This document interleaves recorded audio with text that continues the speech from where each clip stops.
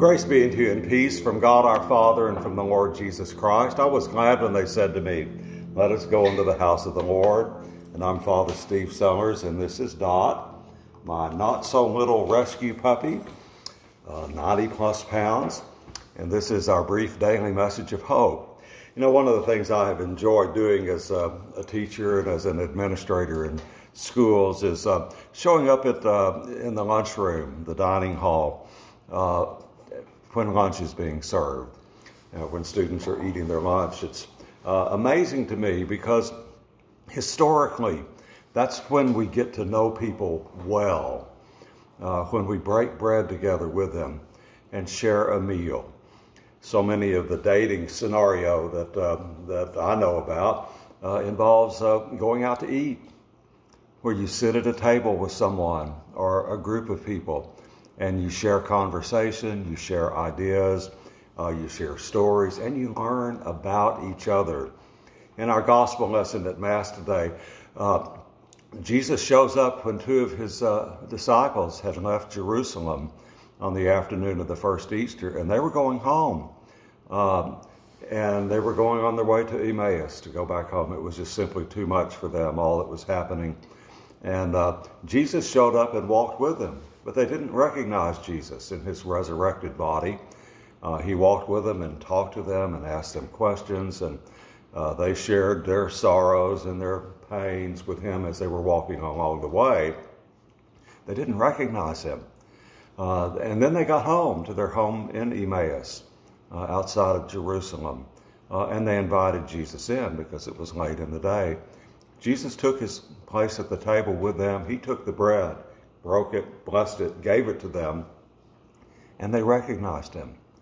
And one of the early teachings of the church was that Jesus became known to them, his followers, in the breaking of bread. And that continues. Jesus is known to us at Mass when we break the bread and share it at his table. He opens our eyes so that we can see him. My problem today is that when you see young people and even older people at table together in a restaurant or in a dining hall, they're not looking at each other. They're looking down at their phones, and they're either texting or playing video games or scrolling, surfing through the internet, and they're not interacting with those at the table. They're interacting with an electronic device, which is why many private schools today are forbidding cell phones from campus, not during instruction hours, because students have their head down and they're not interacting with each other and they're not learning. That's a tragedy today. But we have the opportunity still to get to know the Lord in the breaking of bread at every Mass, even though times have changed. I was thinking about this wonderful hymn this morning, Come Ye Faithful, Raise the Strain, another 19th century song. John Mason Neal wrote the music, but the words go back to St. John of Damascus in the 8th century.